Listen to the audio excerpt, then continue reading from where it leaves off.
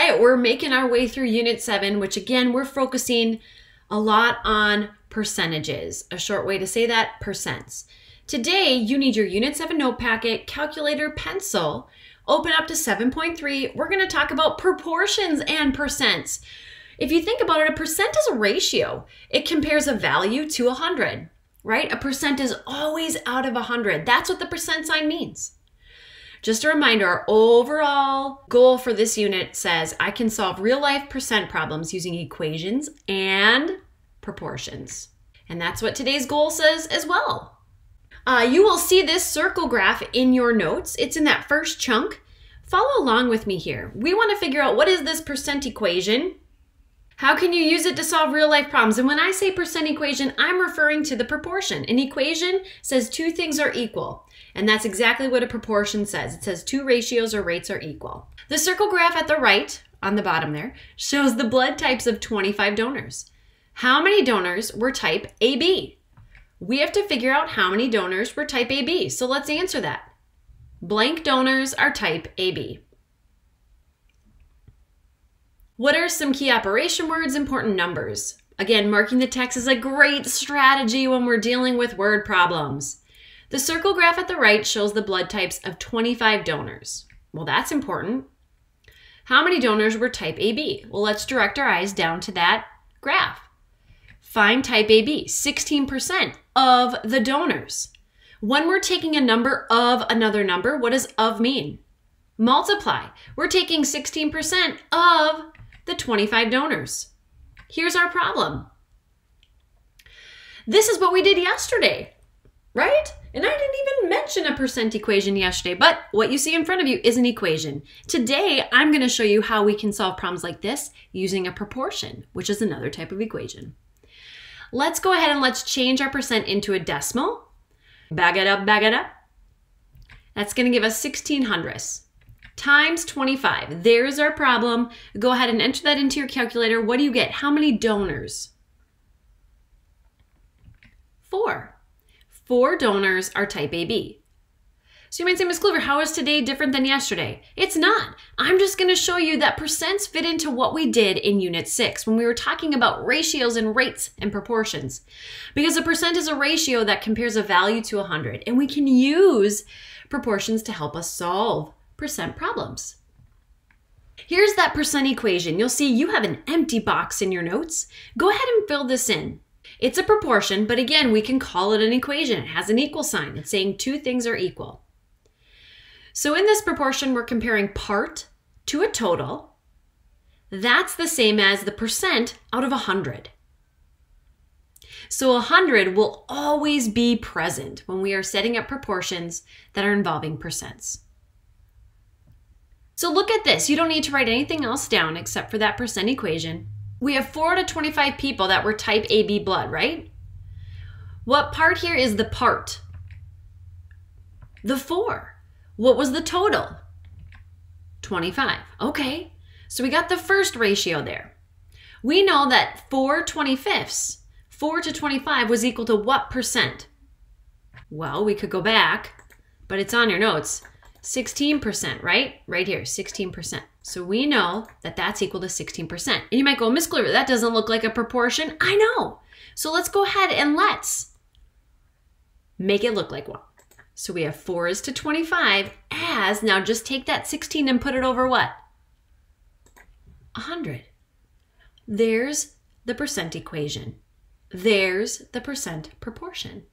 So it's looking at part to total, percent over 100. 100 will always be present in the proportion when you are using it to solve percent problems. Let's apply using that percent equation in proportion form. So it says your team, find this in your notes, you're going to have to fill some things in. They're underlined for you here. Your team won 19 of its 25 football games. What percent of the games did your team win? What are we being asked to find here? What percent of the games your team won, right? We're finding the percent. That's our unknown. That's our variable. We do know that your team won 19 out of the total 25 football games, right? Out of the total 25 football games. Let's set that up. So what's the part? What's the total? Well, we can always start by setting this ratio up first. We know that we're finding the percent, and we know that 100 is always going to be in the denominator there. In the problem, we know that we won 19 out of 25. Do you see how 19 is the part here, 25 is the total? 25 represents the whole. Now to solve, I want you to use cross products. 19 times 100, x times 25.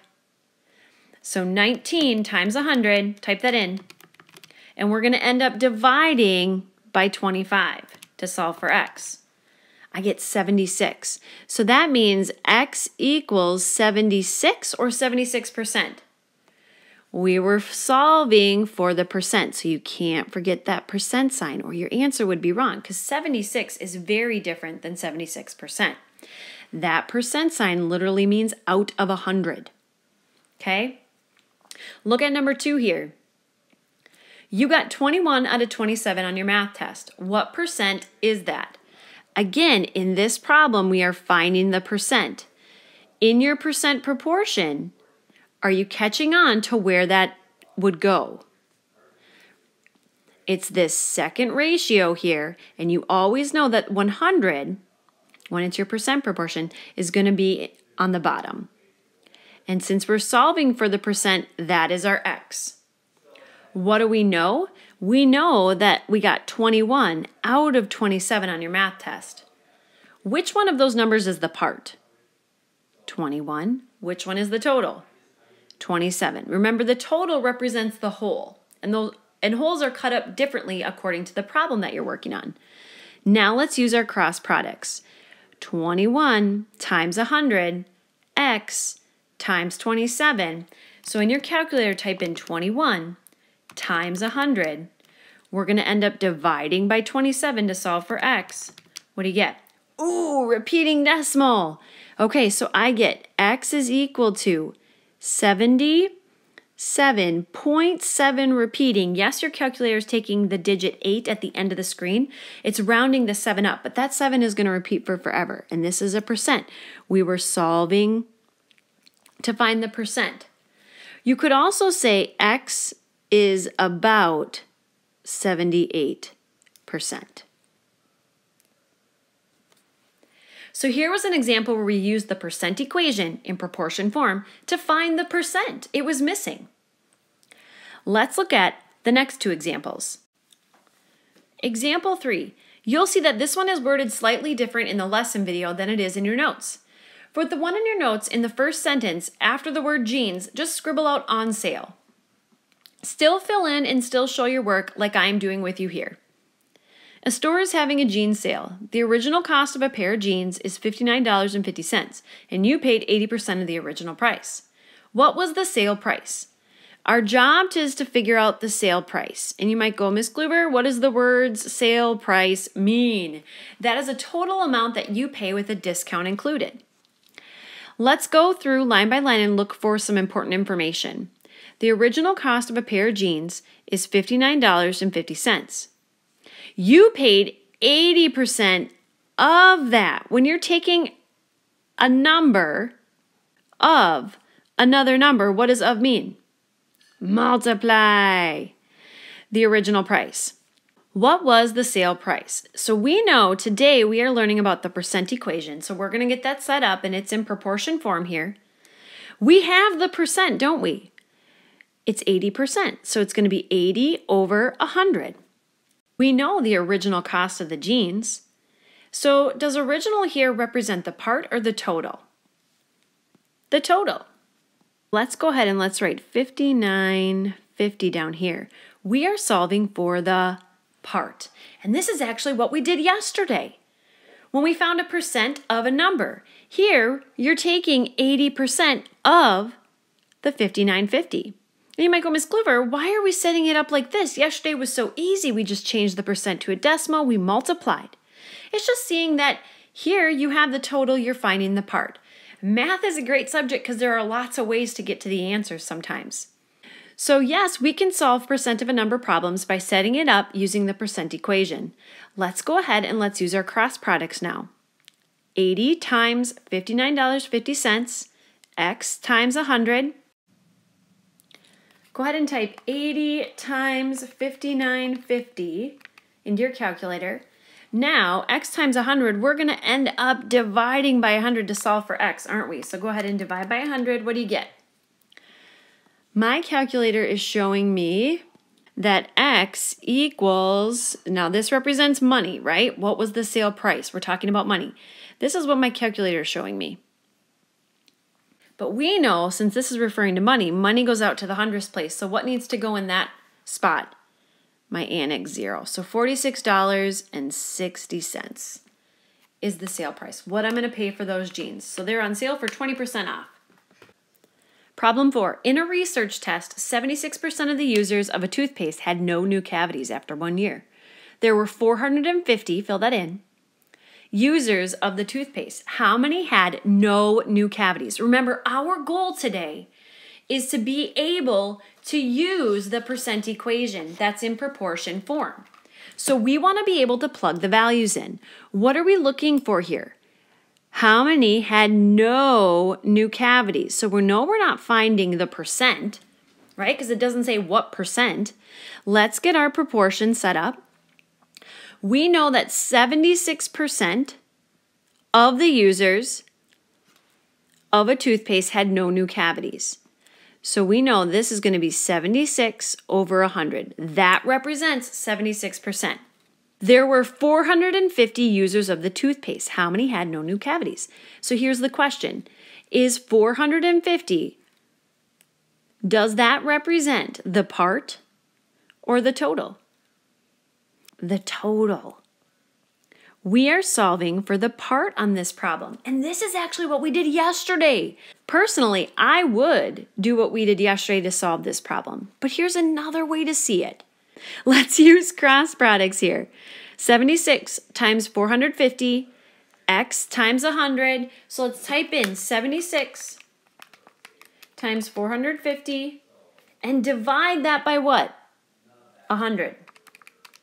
X is equal to 342. And what does X represent in this problem? Users that what? Had no cavities. Boom. That's what we did yesterday, but again, here's another way to see it. Problem 5, we have 2 more. Your insurance policy requires that you pay 20% of the repair costs. If you have to pay $50, what is the total bill? What are we being asked to find here? The total bill. Oh, right there, total. You know where total goes in the percent equation, don't you? Boom. Your insurance policy requires that you pay 20% of the repair costs. If you have to pay $50, what is the total bill? Let's use our percent equation here. We have our percent, so that means we can fill in this ratio right here. It's going to be 20 over 100. We know we're solving for the total because look, it says right there, total bill. So is my X going to go on top or on bottom? On bottom. So then what's going to go on top here? What's the part? The 50 represents the part here. All right, y'all, let's use cross products. 50 times 100, 20 times X. So 50 times 100 is going to be 5,000, right? Divided by what? 20. That's going to get you the value of X. How much was the total bill? This is representing money. $250. There we go. Here's something that I definitely know. Whenever the total is missing, do you see how our variable is in the bottom here? Whenever the total is missing, percent equation is the best choice. Whenever the part is missing, what we did yesterday where we just changed the percent to a decimal and multiply, that's the easiest way to do it. Okay? When the percent is missing, I just like to take and change this ratio right here into a decimal and move it to find the percent, right? But whenever the total is missing, the percent equation is the best choice for solving. Here's the last problem for practicing using the percent equation that is in proportion form. A survey of people who suffered injuries at home found that 32% of all the accidents involved falls. If 80 accidents involved falls, how many accidents were there? What are we being asked to find here?